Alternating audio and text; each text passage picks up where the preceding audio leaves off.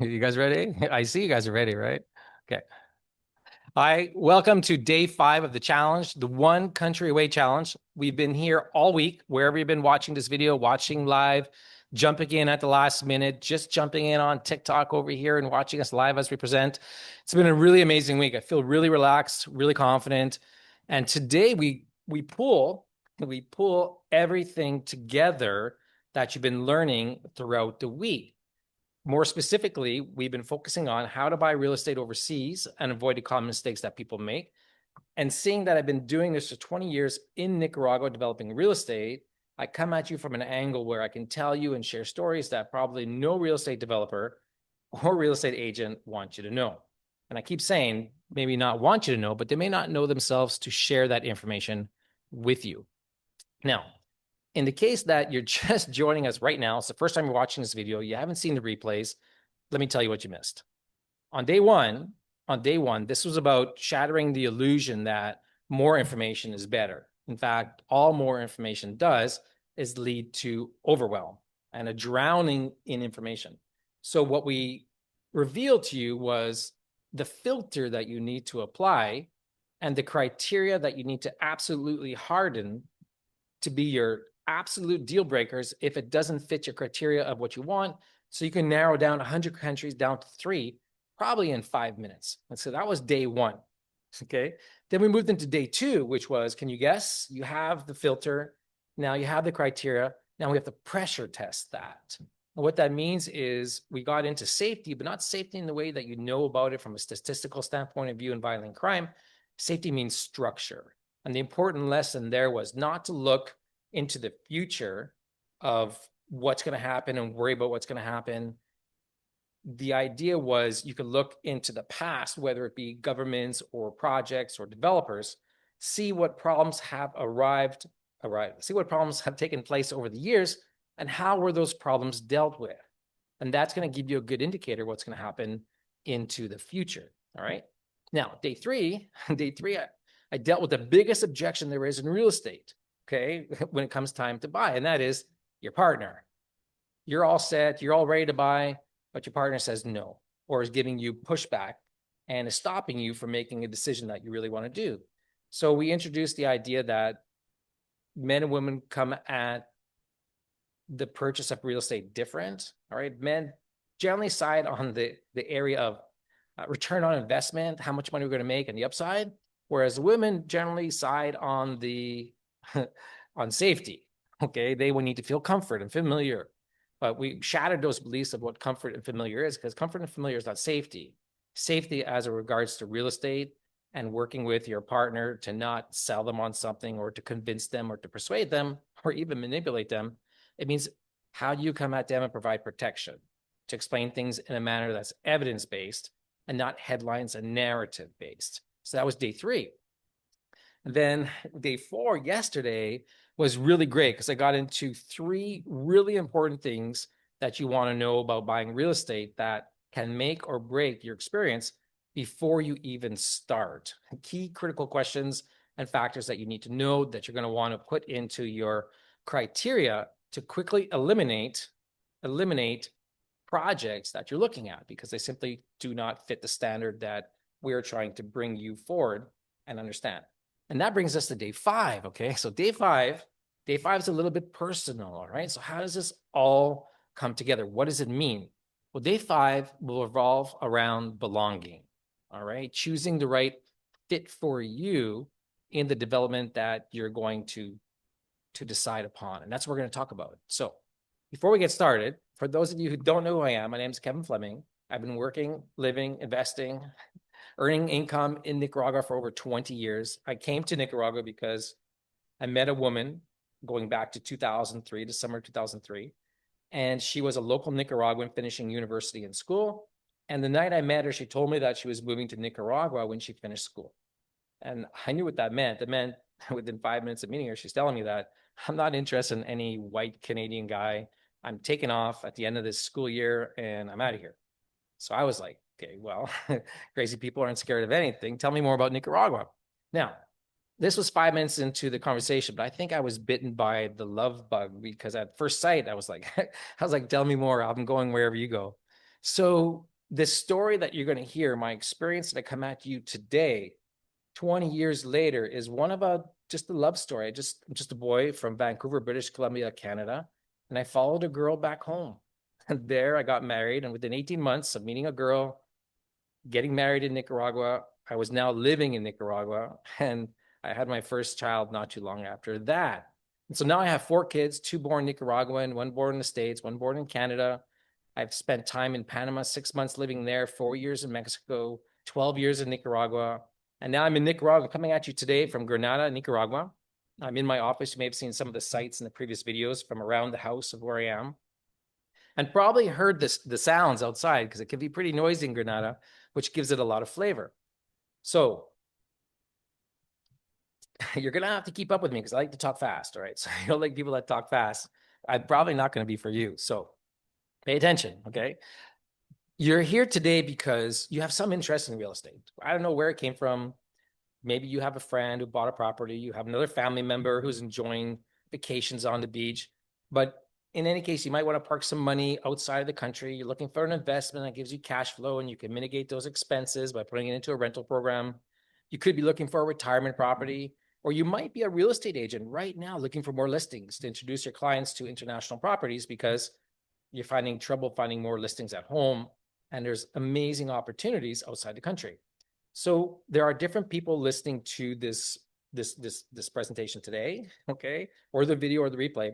And it could be people that are the first-time buyers, might not even have a passport, or you're an experienced real estate buyer.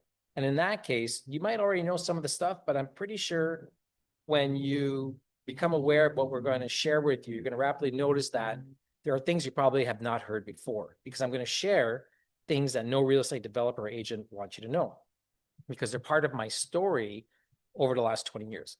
And this is going to benefit you because instead of looking at projects and countries as where you want to go, the shift that you're going to start to experience is the order in which you look at things and how you look at things. Okay. And you're going to realize that you've been doing it all wrong. And so today I'm going to touch upon something whereby no real estate developer will tell you, or agent, and that's because they don't get paid to tell you this. Today is going to be about 5 things. I'm going to try to explain to you a little bit about exclusivity and prestige, the importance of belonging, how position matters, legacy, and going back to early. What does it mean to really get in early? And then you might think early has to do with, making the most money, but it's not. So in a moment, I'm going to start, and you're going to start to see yourself and imagine yourself in the location of where you are. All right. Remember, you've already filtered down your countries. You've already tested who they are. You have your partner on board. You now understand the due diligence. And what's left? What's left is where, how, what does it mean? Okay. So I'm going to talk about exclusivity and prestige. Normally, when you hear about exclusivity, it's related to luxury and high pricing and value. But exclusivity really means, how do you bring what it is that's important to you to the development and where you want to go?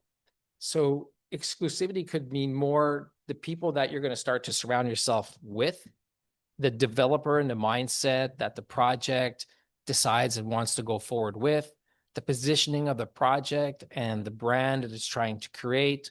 How much access do you have behind the scenes to talk to the developer and or people involved, or better yet, the team members that are developing the property? That's important because exclusivity is your doorway to access. It has nothing to do with value and pricing and how much you're going to make and what things are worth afterwards. You need to kind of separate that, because what you're chasing, whether you know it or not, whether you'll admit it to yourself or not, and I'm sure I'm talking to at least one person right now.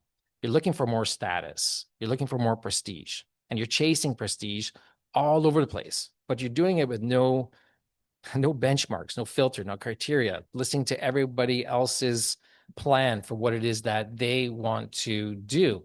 And I mentioned yesterday that just because you hear someone having a great time in a project, or they went on this cruise, or they bought this property, it doesn't mean that's the right fit for you. But in my experience, the buyers that have come through our doors here in Nicaragua, over 60 of them who've spent over $10 million in a pre-construction mindset or off plan. They weren't thinking about that. They were thinking about high returns. Okay, that's all they were thinking. Get in early, and there's something to that. But they had no filter for due diligence. That was something that came about afterwards that they learned what to do. So the idea is try not to chase prestige and be honest with yourself in what it is that you're looking for. Because when the project that you're going to choose doesn't fit the standards of what you want or the outcome of what you're seeking, you're going to be unhappy. And this is about being happy where you go. Real estate is a very personal decision. There's probably not going to be too many times that you're going to invest $100, $200, $300,000 on property. When you do that, you want to pay attention to where you're going to park that. Because when you make a purchase overseas and an investment, things are going to feel very far away from your hometown to where it is. Even when I go back to Mexico and I see my family, or I go back to Vancouver and I see the rest of my family, Nicaragua feels far away. You can feel disconnected really fast. And that might be when you're holding on too tight. Now, I'm the developer of the project, so I need to know what's going on every single day. But from an investment standpoint of view on your side, ownership should feel light. It shouldn't feel like a burden. It should feel like the investment is taking care of itself. And that dates back to the stress testing of what it is that's in your criteria that takes and creates your filter. Okay, so you can relax. The only reason why you would feel nervous, unsettled, wondering what's going on, jittery, is because you likely invested too much money and you can't bear to lose what it is that you purchased. Or maybe not lose, but the liquidity in real estate is very low. So you should not think that when you need capital, you can get it really fast, because you can. It takes a while for you to sell your property. It could take 3 to 6 months to sell a property to someone that is interested. I'll give you an example. This comes from experience, okay? When you're buying your property and you want to sell it, it's probably going to take 2 to 6 months for someone who is interested in your property to eventually make a decision to commit and buy. Because all of that includes narrowing down other projects to eliminate, going through your particular due diligence of your land, seeing what it is that they like that's happening in the development, learning about the country, signing their name onto a contract, getting a power of attorney into place, finding even an attorney to begin with, closing on the property, and then finally sending you money. It's a long time. So when you make a purchase in real estate, don't expect to see capital back quickly when you want to sell. It's probably going to take 2, 3, or 6 months. And stress becomes a real present indicator in your life because you've just simply invested too much. So my caution to you is don't invest more than you lose.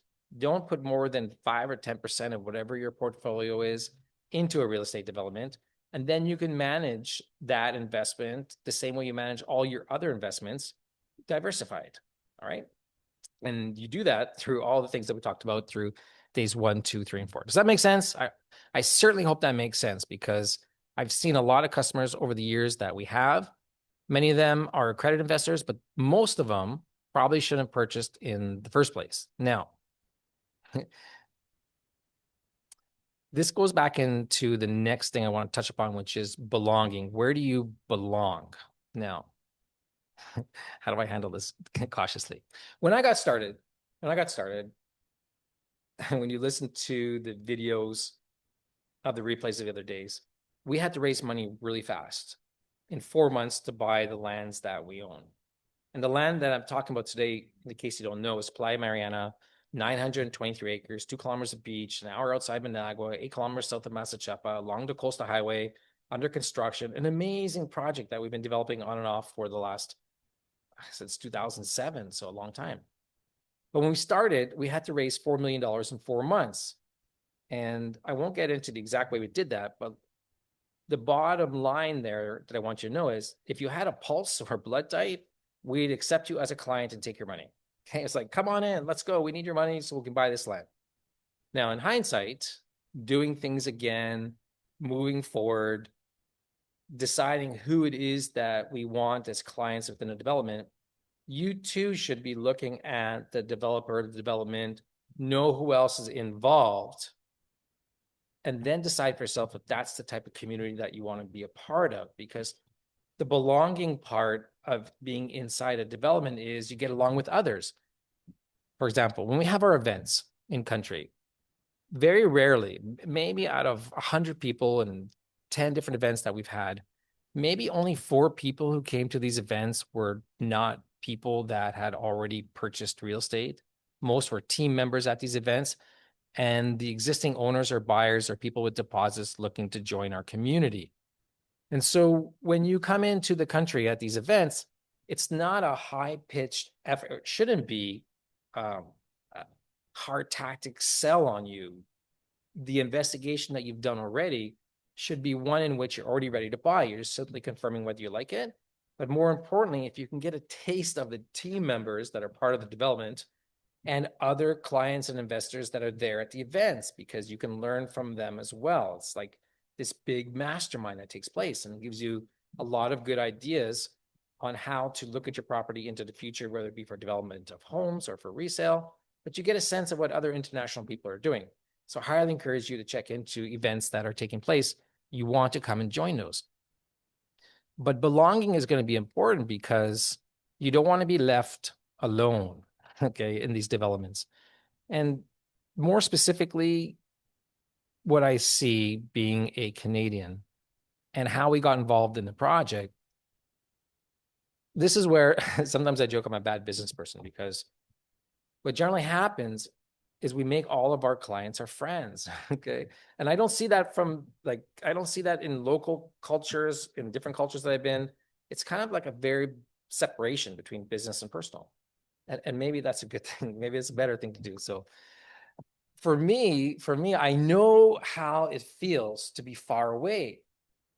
And my goal has always been to have people feel like when they purchase property, that their lands are being looked after, their best interests are being looked after, that we're here, that there's a commitment long-term, that we're not going anywhere. And so you can feel good, all right? And that comes from the heart. That's really how we are. Now, what happens is sometimes people get too close, and it becomes very difficult to enforce rules and regulations and covenants and restrictions that are going to be beneficial for the project. And in the long term, it could come back to bite you. Now, it doesn't happen all the time, but I won't say it has never happened to me. So being a nice guy is great, but sometimes it could come back to hurt you. So when you look at the development in which you're buying into, try to get a good sense of the developer. Try to understand more about what is the commitment of that person to stay in the country through good times and bad times, in different times, whatever that is, because in real estate, almost nothing goes to plan. In my experience of what's happened to me, and I've seen happen to others. And I've been around the world to 100 different stages, presenting Nicaragua around the world. I've talked to investment funds, private offices, institutions, big wealth funds. I've been to equity raising conferences. And there's a certain, okay, I'll tell you, okay, you want to know? Okay, listen closely. Pay attention to my words. Everyone who's sleeping right now, pay attention to my words. You're going to want to write this down. The big money people, when they look at investing capital into projects abroad, they are looking for one of the most important things is the local partner. Who is the local partner? Who is the principal involved in the development? Because what generally happens in various cultures around the world is that sometimes failure is looked upon as bad. And so the local partner will hide problems. And when you hide problems, it just leads to more problems. But the mindset of the money is very much, who could we trust to tell us what is going on? Because with their experience on the ground and our money and backing, there's probably no problem that can't be solved. So what does that mean? It means that when you get a good sense of a developer that you're talking to, one that's gone through the process of due diligence and order and disclosure and title and insurance and permits, and really does appear like they did everything the right way, that's what big money looks for in a local partner. But what is very rare in a local partner is finding the North American due diligence mindset in a foreign country. It's very difficult. And when money and capital flows freely, deals are hard to find. The people who have projects that are already established in a method by which due diligence has been the most important thing are going to attract the capital first. And you can foresee that into the future where development's going to go in the raising of capital and bringing people on board to further develop the project in phases. We talked about layers of due diligence being title, land title, permits, insurance. The second layer was headlines and narratives. But that third layer was a phasing strategy. And the phasing strategy usually comes from individuals and capital that come after something has already started. And that's something that comes after that's already started is classified as risk. All right. So it's something it's important to understand, because when you look into buy real estate, look at where the developments are mitigating the risk the most. And that's likely where you're going to have the most comfort and belonging, because there's going to be lesser problems that are going to develop in that development and where you are. So does that make sense? Does everybody get that? Do you guys get all that in TikTok? Can you see how mitigating risk is a good thing? You're right. You want less risk in the development, not more. I know that's what I want, less risk, not more. And after that, what you need to start focusing on is positioning. All right. Not how much is done or how much there is to get done, understanding the order in which things get done. And that sometimes is difficult to do without a little bit of investigation. So I talked about this yesterday in due diligence, and it's worth repeating that whatever project you get involved in, the developer likely has all their permits or not. Okay, they have good title or not. They might have title insurance or not.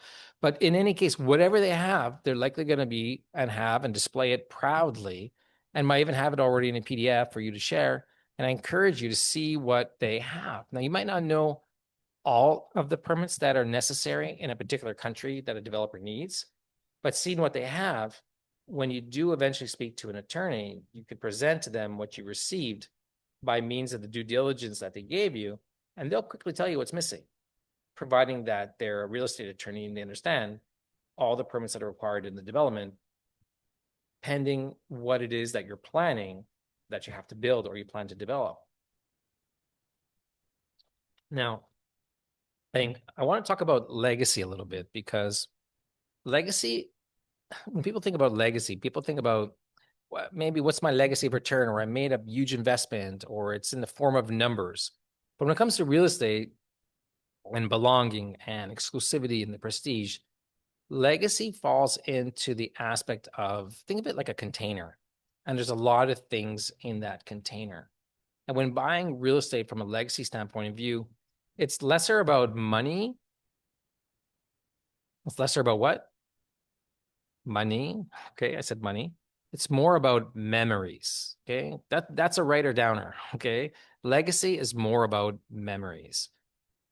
And when you reach the point in which you feel ownership is light in what you're purchasing abroad, you start to look at things a little bit more than just money. The belonging, the focusing on who is going to be enjoying this property long after you're gone, it becomes less about what is now and more about what is into the future. And so I highly encourage you to think of long after you might be gone and the properties that you pass on. What is it that you want people to remember about what you're buying? Where are they going to go as families to gather? All right. And that holds true, because there's a lot of people who are looking for places to purchase just for that specific reason, to bring people together. And that's the way they do it. Now, from a personal standpoint of view, to tell you a little bit more about myself, married to a local Nicaraguan and have 4 kids in the country. Something that we didn't cover in the last 4 days that's really, really important to you is this. When selecting somebody to purchase, I mentioned the commitment, but understanding culture is really important as well. In a culture such as Nicaragua, for example, name matters. Reputation matters. And when you get involved in a project, when you can look at signals and signs that the person who you're buying into, it's not just capital behind the project that can come and go and sell between ownerships and management companies.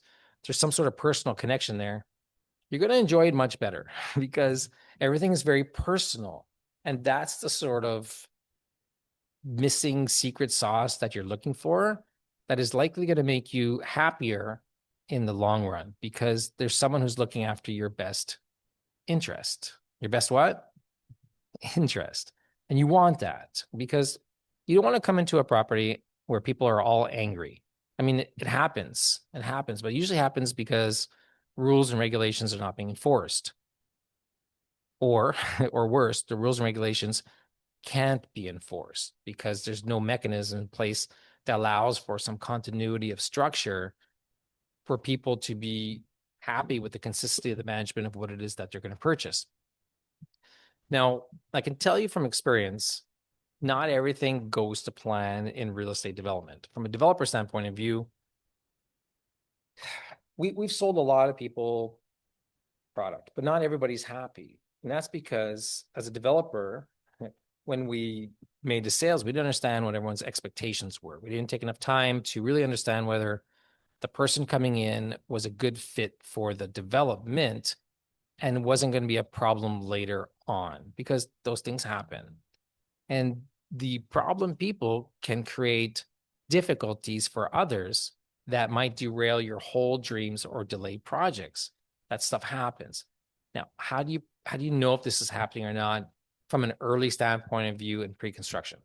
The only way to really get involved and to know are to come to events and meet other people or join the groups in which people are belonging to, or to ask for referrals from other owners that don't mind sharing their experiences. Okay. Should be part of your due diligence process to see what the sentiment is around the development from other owners. But I say take it with a grain of salt. You're just trying to get an idea. I guess it's like going to Amazon and reading the reviews, right? Everybody likes reviews. Everybody goes to restaurant reviews, hotel reviews, book reviews, product reviews. That seems to be the flavor and the taste of the day. Now, the trouble with the reviews, in my personal opinion, is you can never really tell the whole story. And generally, the lies or the false claims or the mistruths, they usually take longer to catch up to the truth. So it can be difficult to really assess what it is that you hear, but it should be something that you just take under consideration so you know. Then you can stress test that against what the truth is, speaking directly to the developer and or the developer's attorney or your attorney within the country in which you're purchasing, because generally they're small communities in these foreign countries. And whatever attorney you're going to select probably knows the other attorney of the developer and how long things have been going on and what's going on behind the scenes. And you'll get a fair assessment of the good and the bad. And then that'll help you to make a better decision as well. Did you guys get that? Does that make sense? Because nobody really does that because it takes more time. And when you start to feel that sensation of belonging and your filter starts to give back to you that you're going to make the right decision, it becomes easier to do less work. Okay. Buying real estate overseas, it's work. You have to make an effort. Now, if you just simply have a lot of money and just want to give it up, okay, and hope what happens, well, I personally don't subscribe to hope as being a strategy. Do you? I don't think that's, if hope is your strategy, would you be confident going around and making seminars and trying to put together a plan and a presentation and explain how hope is your strategy and how people should follow that? Probably not, right? So if you wouldn't explain hope as a strategy to others, why do you accept that to be a strategy for yourself? Your standards of how you look at buying real estate need to increase. Now I'm going to get serious with you now. This is serious, Kevin, talking to you. All right. Stop throwing your money away. Stop just buying into something because it looks great, because you're going to feel so much better when you understand what's going on behind the scenes. Now, I realize that's not that's logical, but generally the emotions drive the decision-making in real estate, which which plays well for the developer or somebody selling you land because you're not thinking straight. Because what happens is you come into country, you have already done some preliminary checking, some due diligence, you have some idea where you're going, and then the culture is like a drug. It comes over you. All right. It's like the sun and the heat. I know, up in the States and Canada, it's minus degree temperatures below zero. So when the sun hits you, when you come off the plane and you feel the warmth when you step out the door, and then you collect your bags and you step out of the airport, it's like whoosh, all this heat hits you. Okay. And you feel like, I deserve this. Your mind shifts almost immediately into somebody else, and you leave all your consciousness behind and all your logic, and you just go into the emotional brain. And then you start going to these events and you start having dinners, and you're in a group environment, you start drinking, and suddenly you're it is quite possible that your judgment is starting to get impaired. But you have to be a little bit cautious and keep your wits about you. Now, when you come into country already having applied your filter and your criteria and your partner's involved and you've done your due diligence, loosen up for sure. Like, have a good time, because that's what you're here for now. You've done all the hard part, but most people don't. Most people don't. So unless you can tell yourself that you know whether that project is one of however many different types of titles, unless you know that project has title insurance, unless you know that project has water, unless you know that project has a registered horizontal property regime, unless you know that project has all its permits, unless you know that project has letters of recommendation from the government, et cetera, okay, you should, put the booze down when you go into these countries and start getting that information right away. But it's much better if you have the information before you go. Again, that goes into like getting the project due diligence, and you've seen all the permits that the development has. Doesn't mean that because they don't have certain development permits that it's not going to be a good investment. In fact, therein lies opportunity, the gap between what is not ready, okay, and what you can see. And that gap is the return that's going to be higher or the risk that's going to be lower. So understanding your risk tolerance is really a big issue when you're buying real estate abroad. Now, that's a lot to absorb. Where are we? We're about halfway through the day. And the goal here is to help you to understand that your goal is to essentially see opportunity before it's named. I talked yesterday about layers, and we talked about the title part. We didn't really get into the layers, so maybe I'll continue that today a little bit. A lot of people confuse safety and comfort and familiarity as being the same thing as their criteria to make decisions. What is really going on is you're looking for headlines. You're looking for the narratives in the media and the mainstream that are somewhat qualifying this for you, and you're believing in what they're saying, like this is the next place to go to. But really what happens is all you're really absorbing in that minimizing of risk is the return that you might be expecting to get. So I'll give you an example. I was trying to teach my 20-year-old about investment, and he's never really invested before. He's still in school. And I wanted him to start saving some money and understanding the value of parking money away, saving it for the future, and investing in assets. But essentially, when you start investing the money, don't plan on needing it or using it. So I said, Kevin, listen, all right, I want you to give me like $500, and in about 3 months, I'll give you 15% return on your investment. Okay. I know you guys are like, that doesn't exist. You're right. It doesn't exist. But I did it for him so he would just get used to not having $500. So the 3 months came, and then he goes, how much more can I put? And I'm like, okay. He gives me $1,000. And now he wants 20% return on his money. And I'm like, okay, that's good. You're negotiating, but if you want 20% return in 3 months guaranteed, you got to give me a little bit more time, maybe 6 months. And so he went for the 6-month deal. So so the 6 months passes. And then I tried to tell him, okay, look, Evan, this has all been great. You didn't need the money.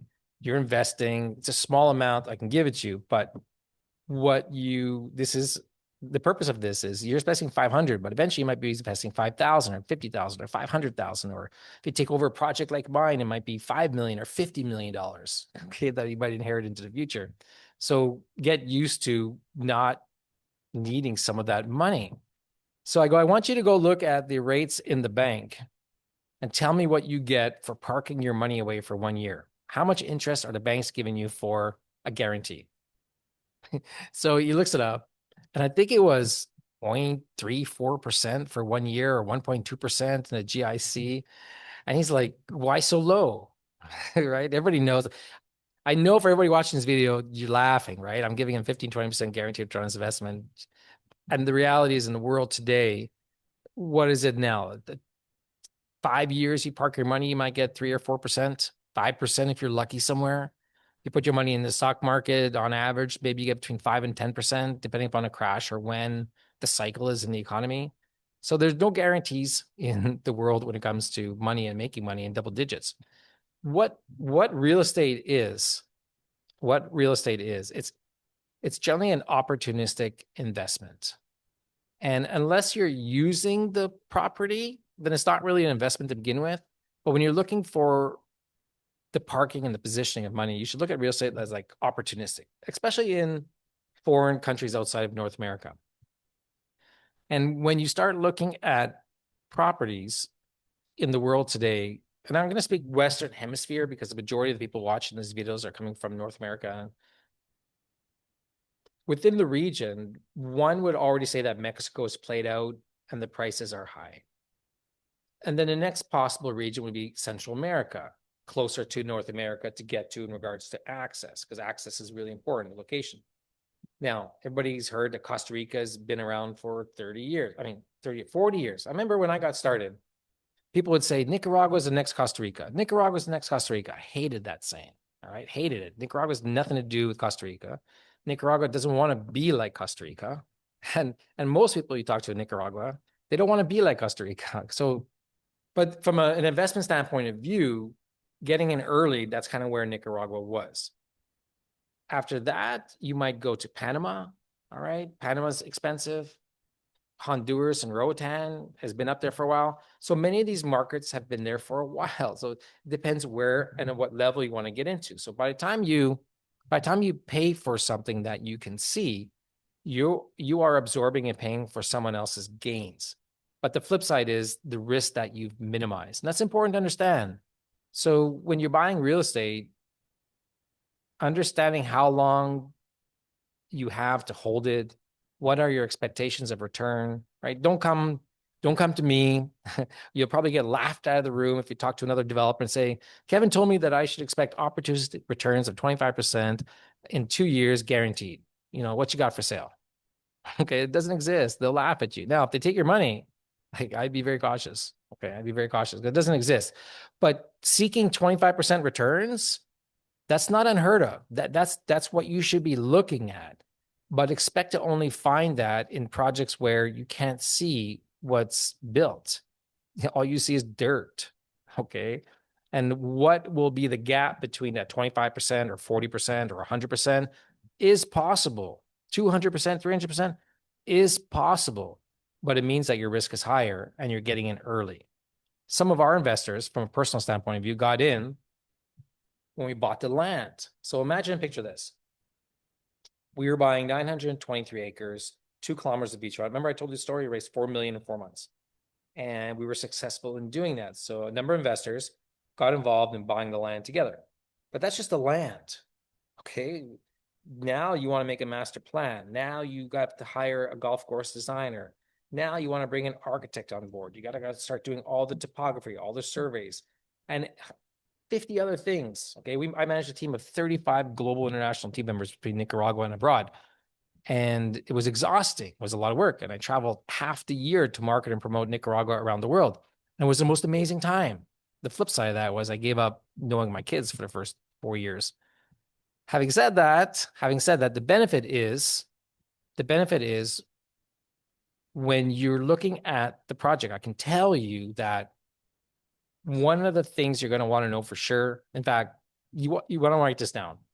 Okay? You want to write this down. Whoever you talk to, Ask them the order in which their plans are in obtaining what it is that they're doing. Now, you might not know that, but when you continue to watch some of our videos and you go back in other videos, you'll start to find this information. And when you do, okay, it's going to be very simple, and you're going to be truly glad you did, because you'll have a benchmark of due diligence that we've done in our project to take and apply it as a criteria to other projects. And then you'll quickly define whether the level of due diligence raises to the caliber of the standard that you want. And what's going to happen is you're not going to find that many projects in these foreign countries that have a lot of due diligence to show you. Okay. And again, you might not know everything that is needed. But when you decide that you want to get early in investment, you want to make more money in the 25 and the 40 and the 100% returns, your questions need to be better. Okay. Not lesser. They need to be better questions. But how do you know what questions to ask? That's the difficult part, right? So that's why you're here today. That's why you're watching this video. That's why you'll continue to watch it over and over again. And you go back on the last 4 days to get your mind right. So when you're looking at to buy real estate overseas, you're able to make a really good decision, because precision and decision is what I like to say, because it's easy to mess up. It's easy to have unrealistic expectations. It's easy just to buy the first thing you see. It's hard to do the work. And the work is what you want to do. The exception to that is you have found someone you so absolutely trust that you know you can sleep well at night, that is firmly committed to a country, that has ties where they can't go anywhere, that has millions of dollars already invested. It's not a part-time job. There's no pension in place. That person will literally starve if what they do is not successful. Do you see how that could help you? I mean, when you select to buy property anywhere and those factors aren't there, you're adding risk to the profile of your purchase of what it is that you want to do. So what does that mean? That means that the more you find due diligence, the more you find commitment, the more you find a story behind the story, okay, that becomes you becoming part of the story. All right. For example, in Nicaragua today, this is day 5 of the challenge. This is not, I don't have anything to sell you today. You can relax. All right. Maybe you're watching this video, or those of you on TikTok, you're going, I know he's going to sell me something. I know he's going to sell me something. But you could say I'm trying to sell you on the importance of due diligence, because it's been one of the most important things in my life to create a North American due diligence style project that people could not even have to worry about sleeping at night. The purchases can be like a no-brainer. Now that's me. Nicaragua itself as a country might not be for everybody. For a lot of people, it has been and is and will be into the future. But wherever you go, try to find disclosure. Ask the question, hey, are you registered as a 50, XYZ on the SEC?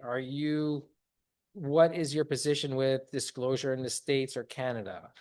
Ask these questions and just see what they have. Just because they don't have it doesn't make it bad. It's just a criteria to filter, to elevate one project over another, or to evaluate risk, because the first 4 days brought you to the point in which you're ready to buy, right? Which means you're ready to send in money. But we didn't talk about risk. That's why I keep going back to risk, and minimizing risk is very important. But it's not so much minimizing risk, it's understanding your risk tolerance, understanding where you fit from a development standpoint of view. If you just want a guaranteed return, put your money in the bank. You shouldn't be looking at real estate. When you want to see the volatility in the markets a little higher, then put your money in the stock market and gamble it away and just buy something. And there's nothing wrong with that. A lot of people have made money in the stock markets, and the average returns are between 7 and 8% over the last 80 years. If you don't sell during the panics, only if you've held through the cycles.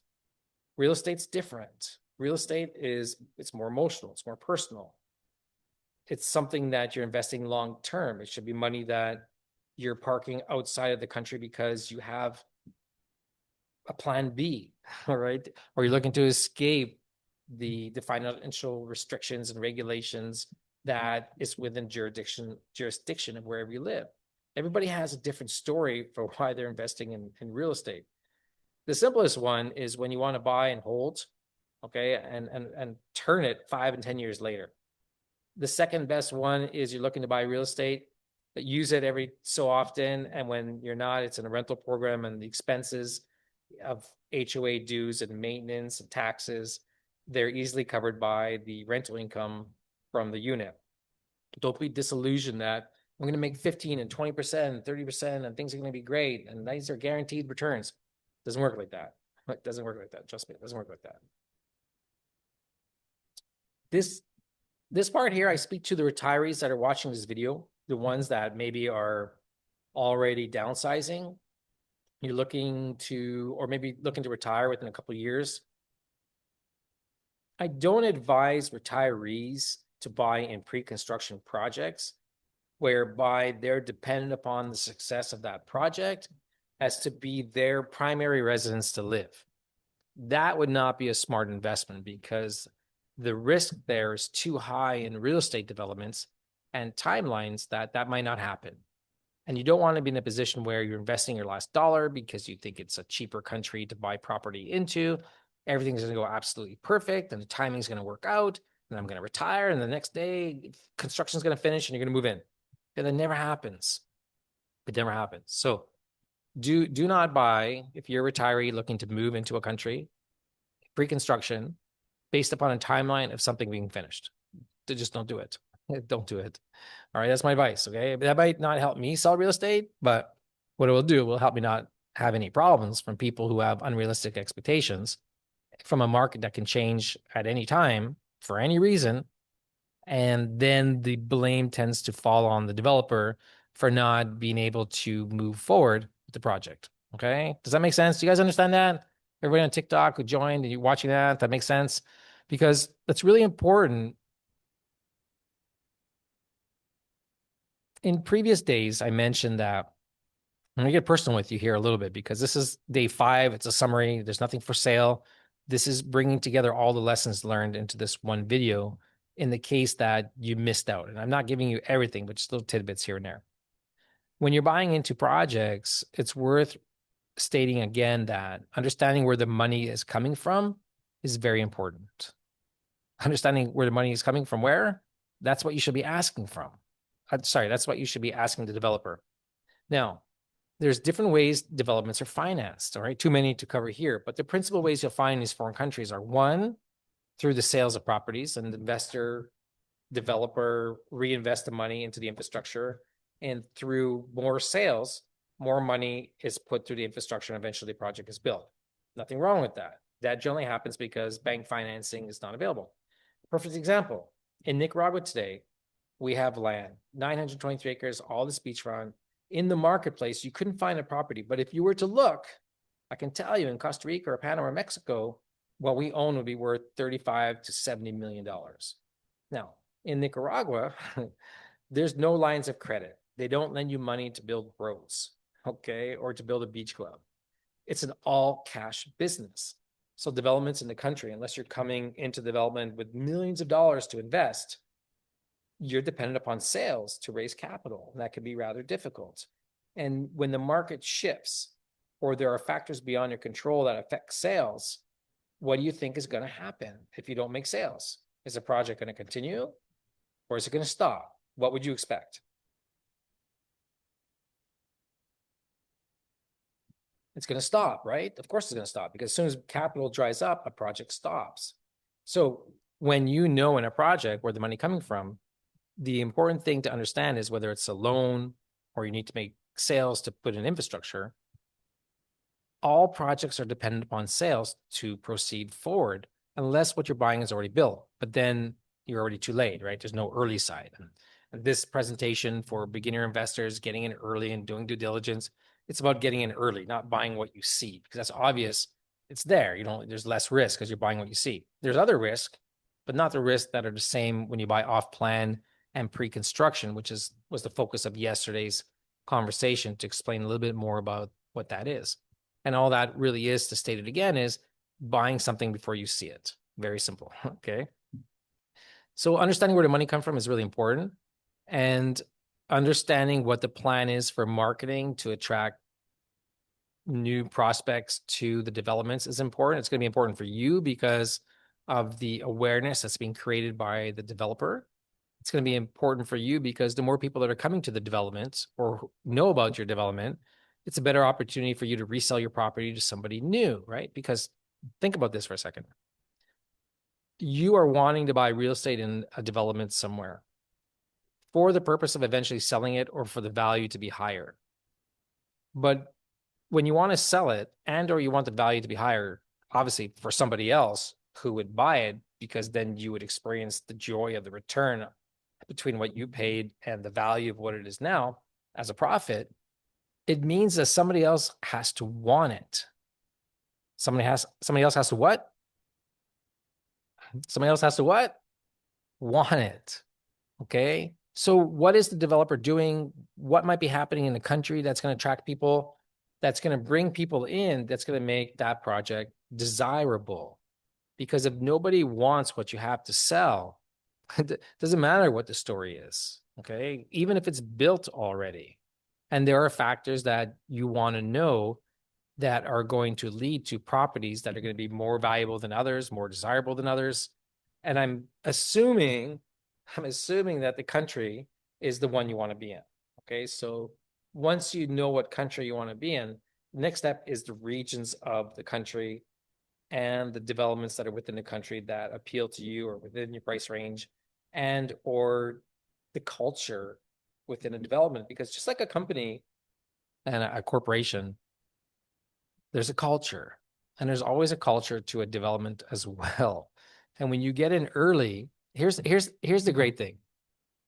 Well, I'll speak to myself anyways, but normally when you get into a project at the early stages, it's like a soap opera. Okay. You don't know what's going to happen week to week. The characters change. All right. And it's like a movie where you reach this peak of something that's going to go great, then something goes wrong, right? Then something goes great, then something goes wrong. Then eventually, you know, the main character reaches its goal at the end. And so development's like that. It's up and it's down. It's up and it's down. And you're part of the story. Now, being part of the story, you generally have a voice in it. You're a character in this story. You're not just a passive person who puts in money and does nothing. Okay. I could tell you're going to want to be involved. You're going to be like, so Kevin, is that rendering almost ready? Can I get a look at it? Or what about those floor plans? That seems like it's kind of small square footage. You become de facto kind of like developer also, although you don't have final say, but you're providing that the developer sharing you information because you want it and they should be glad to share it with you. Getting in early means you're part of the story. You're part of the creation of what it is that's being built. And the more you can see the developer that's sharing all this stuff behind the scenes, the more you take more possession of the property that you want to enjoy. This is the community that starts to be created and the culture in which information is shared amongst everybody. There's nothing hidden. And this could be tough to find. Some projects might not have a culture. Some might, and you just don't like it. It's going to be hard to get a sense of what that is just right away. It takes a little while. Sometimes you might actually have to invest to see that culture, but it reveals itself really fast when you start asking the right questions, not on your due diligence checklist, but the structure in which you test things. So, for example, a lot of people might say, what's your plan for the future? Okay. That would be a good question, right? A better question would be, tell me about the most difficult challenge you've had building this project of yours. Wouldn't that be, is that a much better and more interesting story? Because plans like you can get brochures, whoops. You can get brochures like this, right? You download the PDFs and you get the master plans and all the pretty brochures. And we got one right here, right? Of our project. All projects will have that. And everybody's plan for the future is amazing. But there's no fun story for the future. It's a dream. It's a vision. And that's important because If you don't have a developer that's taking you where you want to go, then you're literally walking blindfolded off a cliff. All right. So a plan is important. So you definitely want to have that. But the interesting stories are in what has happened and understanding some of those stories. Now, when you take the time to speak to the developer, because the real estate agents generally won't know, when you start asking the right questions like that, like what are the challenges that you've had? What are the most difficult complaints of a client? Uh, has the government given you any problems with permitting? Like, those are good questions, okay? And that will help reveal the culture of that development, because the developer will give you the answers, providing he gives you the truth. And then you'll be able to see and stress test that filter and criteria that you have, and get a sense of like, yeah, this project's not without problems, or not without having problems, but they're still here, or they're still doing it, or this is how they dealt with something in the past. This is how they'll deal with it in the future. I'll give you a perfect example story. This is what nobody tells you, so I'm just sharing my experiences with you. So bear with me, okay? About $6 million in, and 18 months into the purchase of the property that I own now. Okay. I remember on this day, I got this call from my operations girl, and she's telling me, Kevin, I got bad news. I'm like, okay. I mean, I get news all the time, so good or bad doesn't matter. What is it? And she goes, well, we were doing the digging and the surveying, and we came across something you're not gonna like.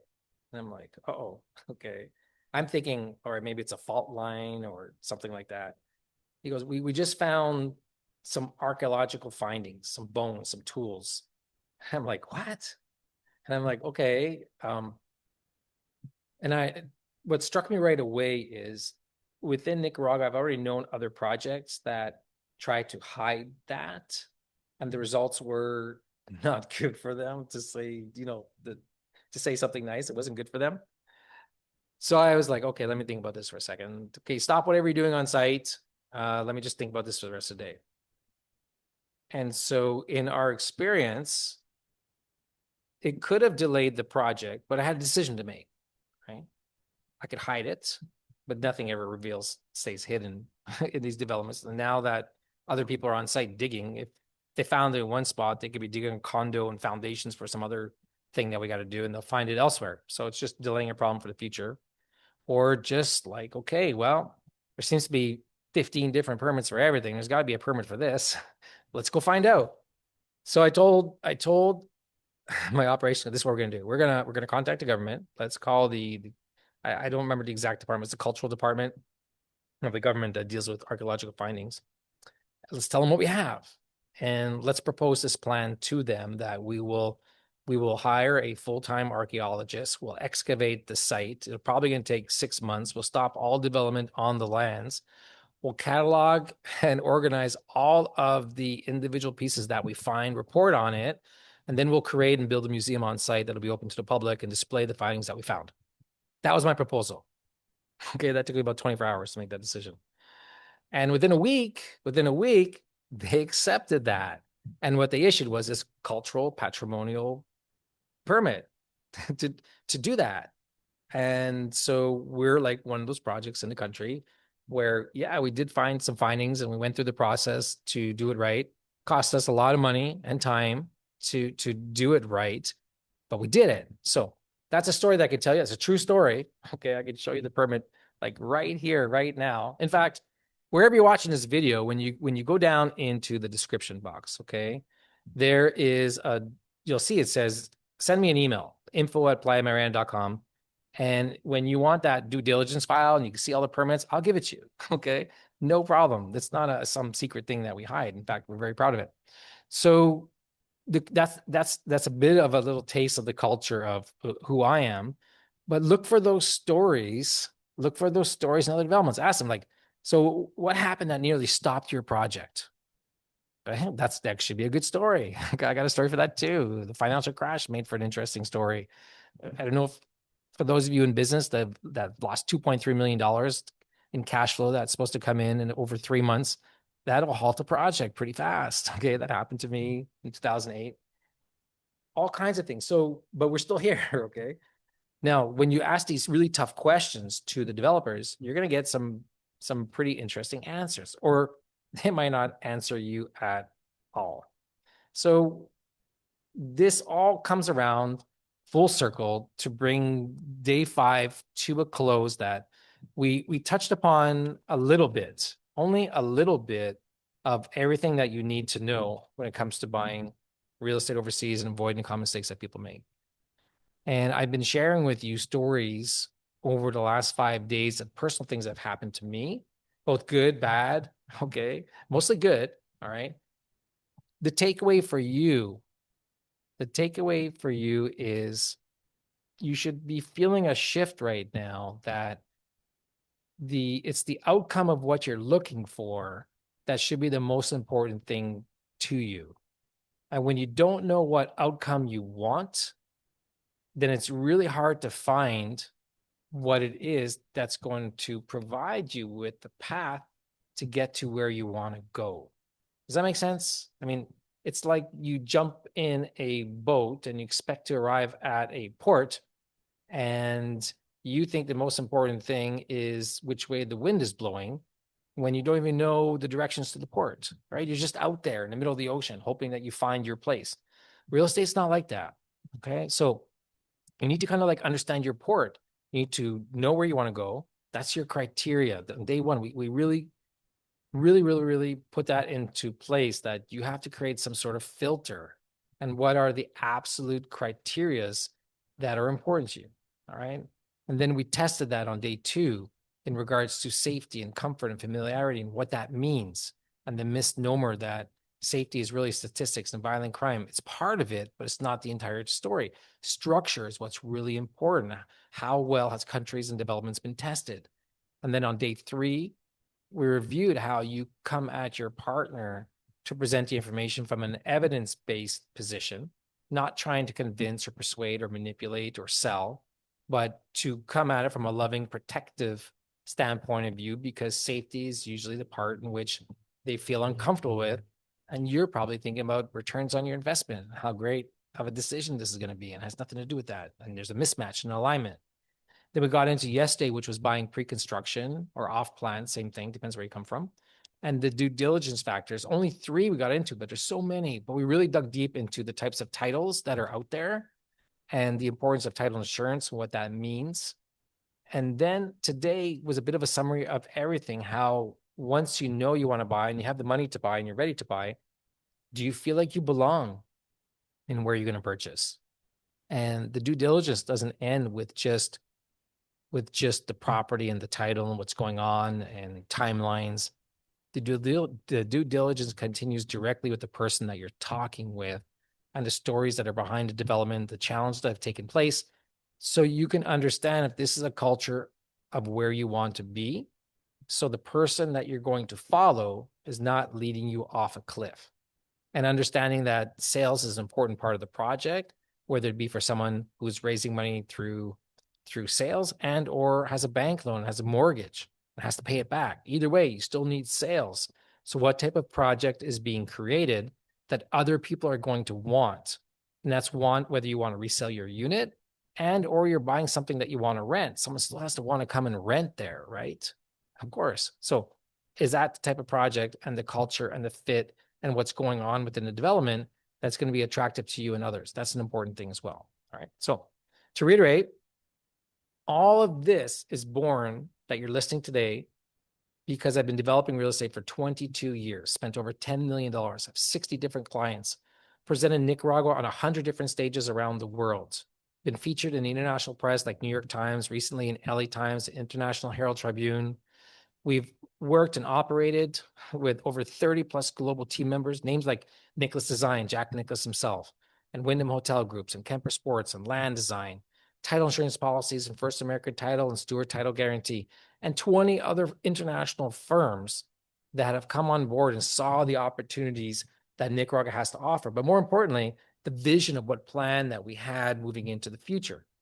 And we brought all of this stuff together and all of this experience to create this really amazing, fantastic project in the country that from a mindset of a North American passes all the due diligence tests that you're ever going to want to do. So that's not necessarily my pitch. That's just where I come from to give you the information. So in the case you're just watching this video for the first time, you're going to want to go down below wherever you're watching this video and go watch the replay for days 1, 2, 3, and 4.